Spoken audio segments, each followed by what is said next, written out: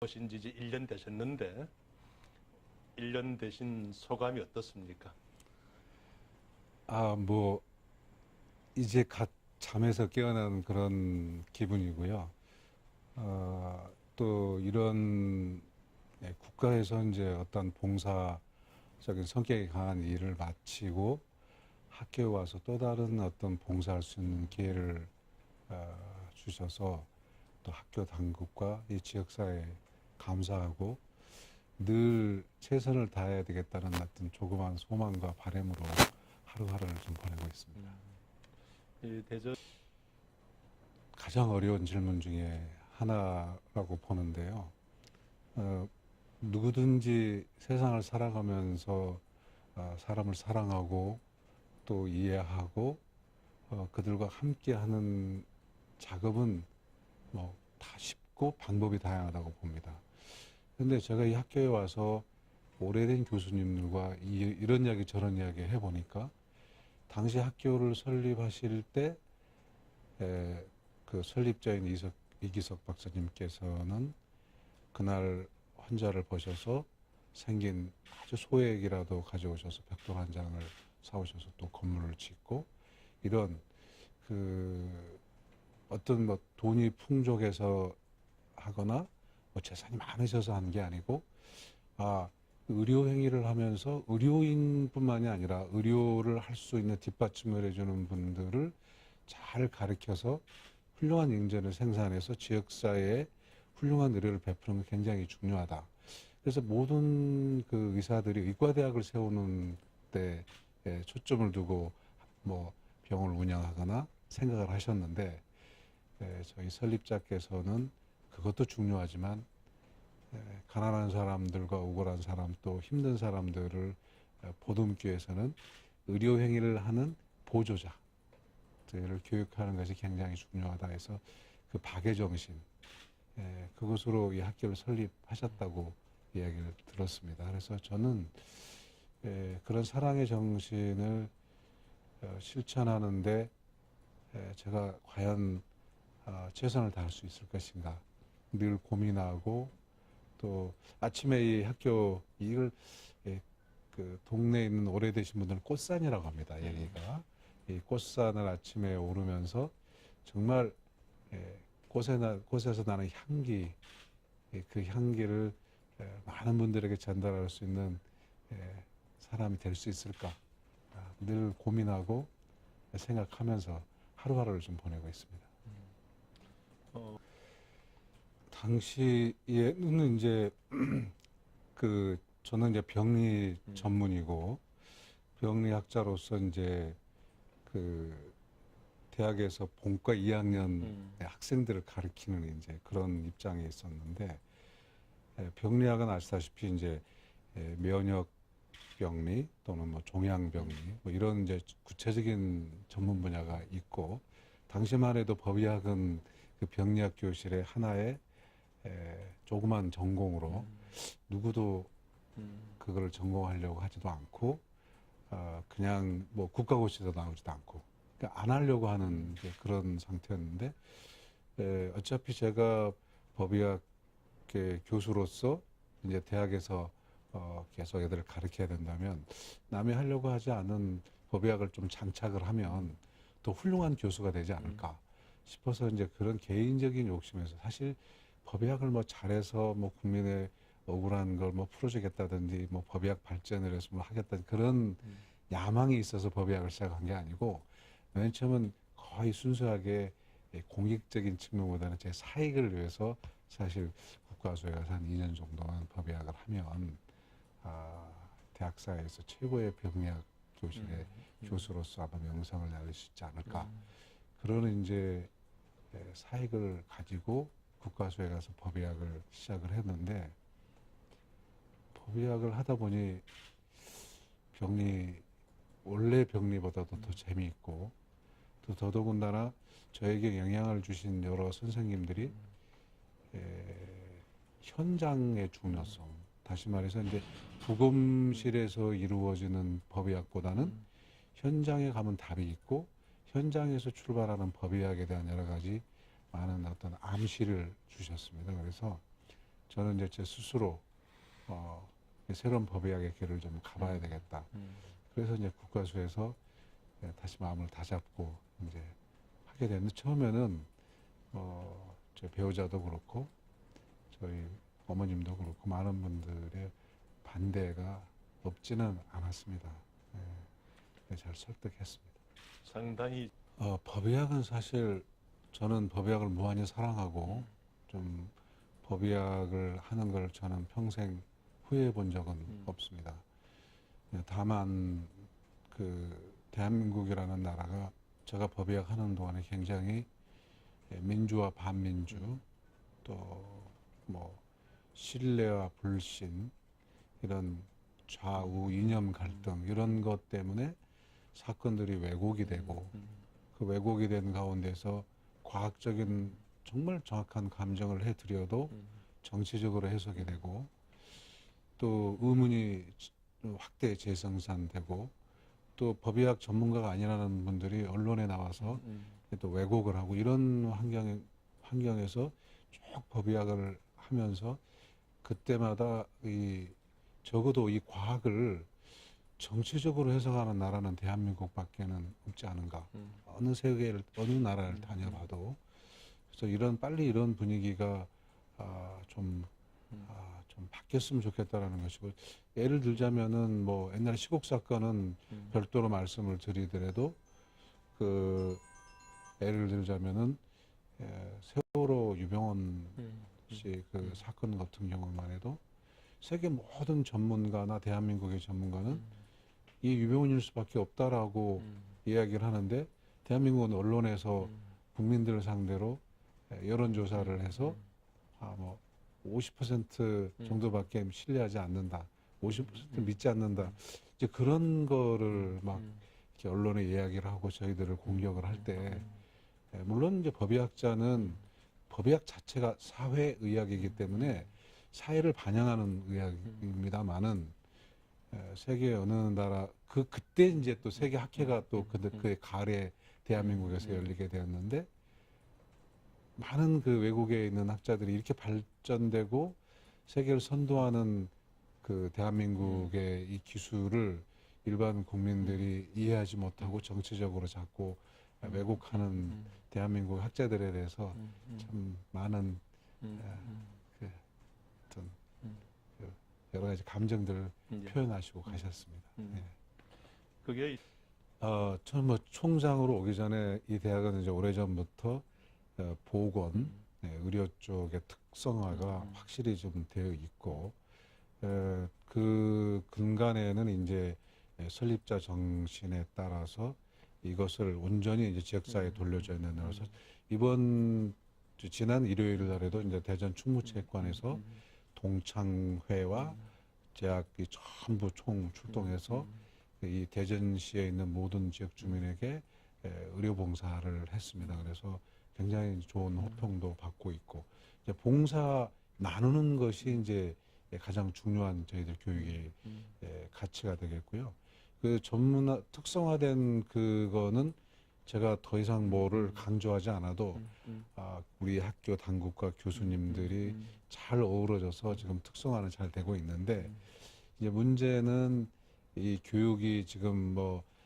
제 4차 산업 뭐 또 여러 가지 융복합 이제 많은 변화를 일으키고 있는데 이거를 어떻게 교육 환경을 거기에 맞춰서 선진화하고 그러니까 far advanced technology 그러니까 보다 좀 선진화되고 좀 고급화된 기술을 접목시켜서 학생들 교육에서 내보낼 것인가 이제 거기에 대해서 저희 학교가 굉장히 이제 심혈을 기울이고 있고 이사장님과 이제 또 저희들을 경제적으로 뒷받침해 주시는 분들 그다음에 저희 교수님들이 지금 협업해서 좀 분위기를 만들어 가고 있습니다. 다양한 이제 그 구성되어 있지만 4년제로 되어 있는 간호학과 같은 경우에는 저희도 이제 거의 뭐 그렇게 구성이 되어 있기는 한데 가장 중요한 게 여기에서 우리가 학생들에게 요구해야 될 어떤 교육 과정이라는 것은 인간애를 가진 일단 기본 어떤 철학을 있어야 되겠다. 그래서 과거에는 기술 주입식의 교육에서 벗어나서 교양 과목의 다양화나 어떤 그 정말 현대사에서 요구하는 훌륭한 인재의 기본인 인성 이거에 굉장히 좀 중점을 두고 있고 거기에 대한 교과 과목을 지금 개편해 나가고 있고요. 그 다음에 이제 뭐 무크라든지 여러 가지 뭐 온라인 또는 뭐 이런 것들 이용해서 하는 것도 있지만은 결국은 그 뭐 빅데이터나 뭐 이런 뭐 개발된 기술을 뭐 융복합해서 가기 위해서는 결국은 이 학문 오리지널 학문에서 20세기식 어떤 기술을 주입식해서 21세기에 좀 다양성을 추구하는 대로 가려면은 결국은 접목된 강의가 좀 필요합니다. 그래서 저희 대학에서는 이미 히트락이라는 어떤 시스템을 개발을 해서 한 과목을 한 교수가 하는 게 아니라 다양한 측면을 바라봐서 서로 이렇게 융복합을 시켜서 하는 강의를 시도해서 이제 특성화해서 좋은 점수도 받고 했는데 그런 쪽의 교과 과정을 확대해서 학생들 결국은 지금 잡지나 어떤 저널에 보면은 일반 학문은 10년 또 공업 기술이나 이런 것은 7년 의료 기술은 한 5년 정도 보면 쓰레기통에 버려야 되는 어떤 상당히 턴오버가 빠른 학문적 변화가 있는데 거기에 따라서 그걸 뒷받침하는 우리 의료 보조, 우리 의료인들, 뭐 방사선사나 임상병리사도 그게 발맞추기 위해서는 고정된 틀에 이러이러한 학문을 해서 시험 보고 면허증 따고 사회 나가고 이거보다는 인성교육과 다양한 학문들을 조금씩 다 이렇게 해서 오버랩된 어떤 그런 개념을 가지고 교육을 시키게 되면은 본인들이 그렇게 지금 4차 빅데이터를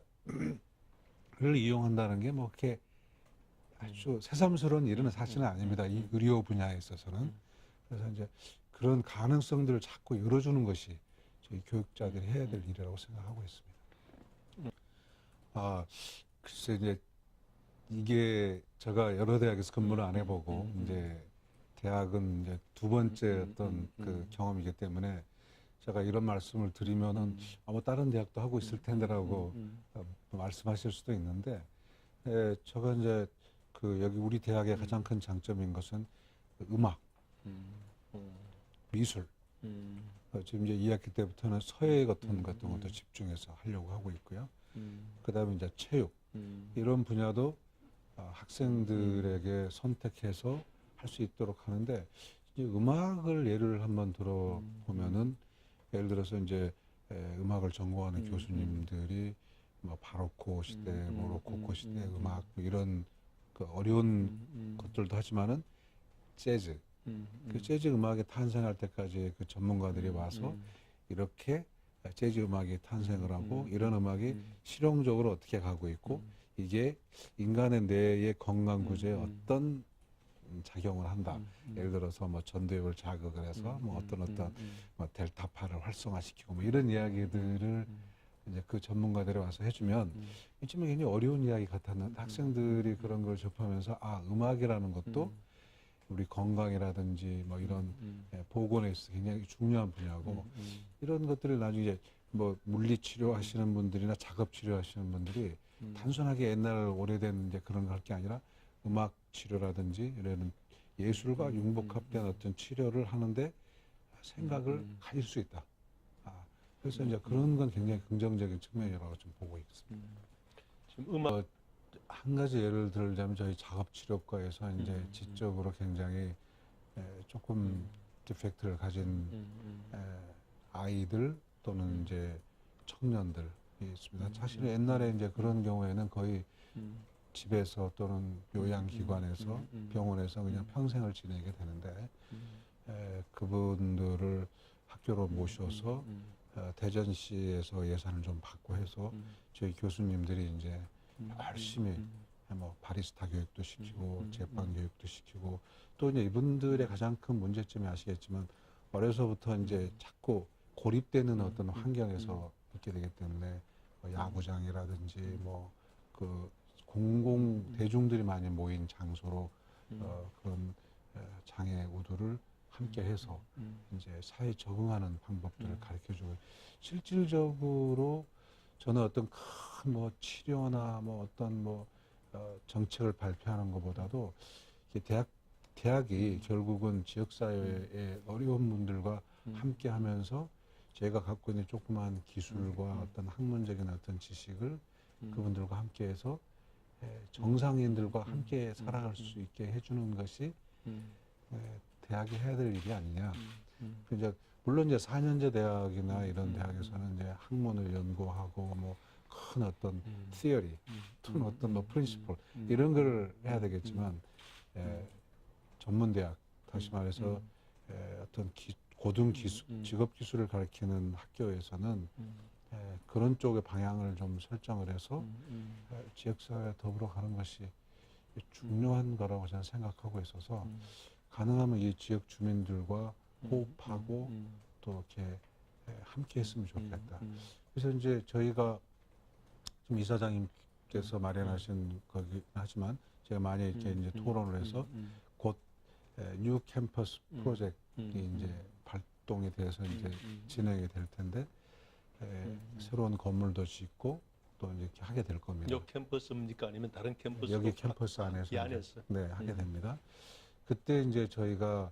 저 운동장을 다시 이제 개조를 해서 지역 주민들이 와서 배드민턴도 치고 체육관도 이용하고 또 지금 뭐 도서관 같은 것도 지금 개방이 되어 있고요. 근데 이제 지역 주민들 그다음에 이제 BLS 교육이라고 그래가지고 아시겠지만 이제 뭐 생명이 위험할 때 이런 그 교육도 저희가 지역 주민들한테 해드리고 올 이제 준비가 잘 되면은 여기 이제 저희 학교 학생들이 밖에 나가서 식사도 하게 되고 막 하는데 위생 교육도 시켜드리고 조리법도 또 시켜드리고 뭐 이렇게 해서 여기와 학생들과 학교 그 지역 주민들이 더불어가는 어떤 그런 분위기로 이제 학교를 좀 운영해 볼까 좀 생각 중이고 지역 주민들에게 반응도 굉장히 좋습니다. 이 이제 대전 세종 지역의 전문 대학은 이제 MOU를 정식으로 맺어서 어떻게 보면 MOA 수준이라고 볼 수 있습니다. 그래서 이제 그 함께 일하는 분위기를 이제 만들고 있고 지금 이제 구체적으로 많이 진행이 되고 있는데 제가 와서 이제 놀라는 것 중에 하나는 이 지역 사회가 보니까 필요 없는 경쟁 또 어떻게 보면 남을 좀 오해할 수 있는 뭐 여러 가지 그런 이제 일들이 있길래 그래서 총장님들 또 제가 존경하는 분도 계시고 해서 만나서 제가 이제 제안을 한번 했습니다. 왜냐하면 예를 들어 어떤 물건을 구매하는데 우리 혼자 구매하는 것보다 공동 구매를 하면 훨씬 가격도 이렇게 저렴할 뿐만이 아니라 4년제 대학은 뭐 학생 수가 2만 명, 3만 명 되지만 저희는 한 6천 명 정도 수준이라면은 뭐 여러 가지에서 불리한 점이 많죠. 근데 이거를 몇 개 대학 연합하면 우리도 뭐 2만 명, 3만 명이 될 것이고 뭐 그런 이제 생각에서 옛날에 이제 정부에서 일을 할 때 예를 들자면 어떤 프로그램을 구매하는데 저희 단독으로 구매를 하면은 프로그램 가격이 굉장히 비싼데 많은 사람들이 쉐어할 수 있는 프로그램을 한꺼번에 구매하면 가격이 낮아지듯이 그런데 착안을 해서 이제 대학에 있는 교수님들과 총장님들도 다 대학 총장님들을 설득을 해서 어떻게 보면 제가 이제 주동을 해가지고 첫 번째 먼저 해야 될 것들이 여기 지금 그 워낙 이제 대전시가 교통이 복잡하고 하기 때문에 저희 스쿨버스를 운영을 하게 되는데 학생들이 이렇게 많이 타지 않습니다. 그래서 이제 이거를 공동 배차를 해서 스쿨버스를 그런 아이디어를 내봤습니다. 왜냐하면 좋은 아이디어네. 저희가 1년에 스쿨버스를 운영하는데 10억 이상이 돈이 드는데 어차피 이제 학교는 학생 수는 줄고 또 재학생 유지율도 굉장히 어려워지고 있기 때문에 인컴 그 수익할 수 있는 방법은 거의 별로 없고 그렇다면 우리가 필요 없는 예산을 좀 줄여서 우리가 이 어려운 시기를 극복하기 것이 좋겠다 하는 이제 생각에서 그런 것들. 그다음에 지역적으로 서울에는 이제 강사분들 굉장히 섭외하기 쉽지만 이 대학에서는 아시다시피 지역적 한계가 있기 때문에 훌륭한 강사님들 모시기 어렵단 말씀이죠. 그래서 이제 공동으로 이제 강사 풀도 이렇게 하고 그다음에 이제 학생들이 이렇게 보니까 학교에 대한 어떤 소속감 이 뭐 서울에 있는 대학도 마찬가지지만 그냥 여기서 졸업하고 음. 뭐 학문을 산다라는 음. 기분을 많이 갖는데 음. 그러다 보니 이제 애국심도 떨어지고 다 이제 그런 것들이 다 중첩이 되는 일들이기 때문에 어떻게 하면 학생들이 애교심도 키우고 지역사회에 봉사하는 것도 키울 것인가 같이 봉사하는 것도 중요하죠. 그래서 이제 올 10월 달에는 이제 대전시에 물론 이제 후원도 받지만은 5개 대학이 모여서 체육대회도 이제 하게 될 것이고 이제 거의 협의가 끝났고요. 그리고 이제 우리 총장님들이 되게 이제 한 달에 한 번 정도는 모여서 서로 정보도 교환하고 앞으로 나아가야 될 방향은 이제 여기까지 생각을 하고 있습니다. 저희 이제 보건대학교의 A라는 과는 사실이 보건 계열이 아니어서 옛날에는 굉장히 학생도 많고 뭐 했지만 점점 투자하기도 어려워지는 과가 있는데 저 B대학은 그 과를 중심으로 해서 굉장히 활발하게 학교가 되어 있다면 과도 저희가 필요한 보건 계열은 저희가 가져오고 비보건 계열은 또 타 대학이 갖고 하는 과의 소위 말하는 M&A가 이제 필요하다. 그러면은 예를 들어서 저희가 100억을 가지고 학교의 환경을 개선하는데 모든 과를 하려면 굉장히 어려웠지만 보건계에 집중하고 이런 과는 예를 들어서 좀 투자가 안 되면은 M&A를 해도 되고 또는 그 학교의 학점들을 쉐어해서 투자를 많이 하고 있는 데 가서 학생들을 보내서 공부도 시키고 뭐 이런 어떻게 보면은 정말 뭐 기업에서 하고 있는 것들을 현실적으로 한번 해보자. 그래서 지금 이제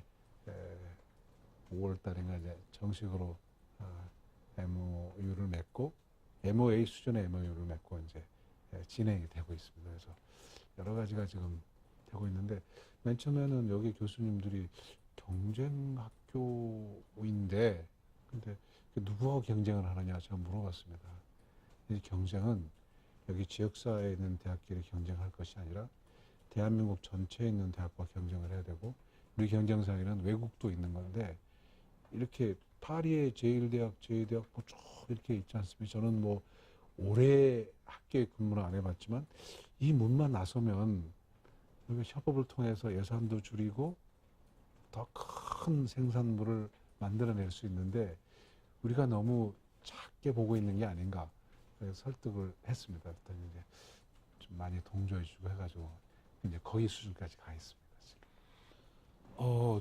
정부 정책까지 제가 말씀드리기에는 아직 경험이 좀 일천하다고 말씀드릴 수가 있습니다. 그러나 한 가지만 말씀을 드린다면은 대학이 모르고 있는 건 아니거든요. 제가 보니까 대학이 그 나라에서 걱정하는 것들을 모르고 있는 게 아닌데 이거를 해결하는 방법을 어떤 틀에 갖춰놓고 있지 않는가라는 생각도 안 해본 건 아닙니다. 그러나 저도 이제 국가기관에 근무해 보면은 국가기관은 뭔가를 자꾸 이렇게 이제 이야기를 하고 뭐 경계심도 주고 해야 되기 때문에 그런 게 있다고 저는 보고 있고요. 그거를 꼭 단기간에 어떤 평가를 잘 받기 위해서 어떤 거를 막 그 틀에 맞춰서 하는 것도 중요하지만 그거를 중심으로 해서 각 대학마다 고유한 어떤 정책을 가지고 접근하면 별 문제 없다고 보거든요. 그게 나라에서 주는 것도 대학을 쓰러뜨리려고 하는 건 그렇죠. 아니니까. 그래서 그거를 그대로 받아서 하는 것보다도 그걸 잘 읽고 그 대학에 맞는 쪽으로 그 사업을 전개하면은 저는 별 문제가 없다고 보고 이번에 그렇게 전개해서 평가를 받아보니 평가를 하시는 분들도 일리가 있다. 그러니까 그걸 설명을 잘 해야 되는 것이죠. 근데 지금까지 설명할 기회가 없었고 또 그런데 지금은 이제 보니까 옛날에 평가위원들이 뭐 5명이었다가 8분으로 늘어나고 평가도 다양한 방식으로 이루어지고 있기 때문에 저는 이제 그런 국가 정책을 잘 이해해서 적용하면 된다고 보고 단 한 가지 이제 국가에 바라는 게 있다면 지금 너무 페이퍼워크가 너무 많은 것 같아요.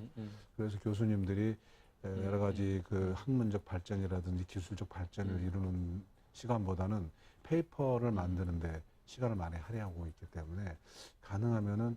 이 평가를 좀 합치고 단순화해서 뭐 기관 평가 따로 뭐 구조 조정 따로 뭐 이렇게 할 게 아니라 이걸 어떻게 좀 잘해서 단순화하면은 저희도 일하기도 편하고 또 많은 시간을 그쪽에 뺏겼던 것들을 학생들 교육에 또 지역사회 봉사에 할애할 수 있을까 하는 조금만 생각은 해보고 근자에 이제 그 교육부에 있는 여러 선생님들하고 이야기를 해보니까 네, 그렇게 하려고 하는 움직임이 있다고 합니다. 그래서 뭐 제가 말씀드리지 않아도 지금까지 했던 작용이 있다면 또 반작용, 부작용도 있었을 테니까 잘 이제 이 새 정부에서 해가지고 저희들이 실상 현장에서 학생들에게 좋은 교육을 시킬 수 있도록 분위기 해주시면 뭐 저는 뭐 별 문제 없을 거라고 봅니다.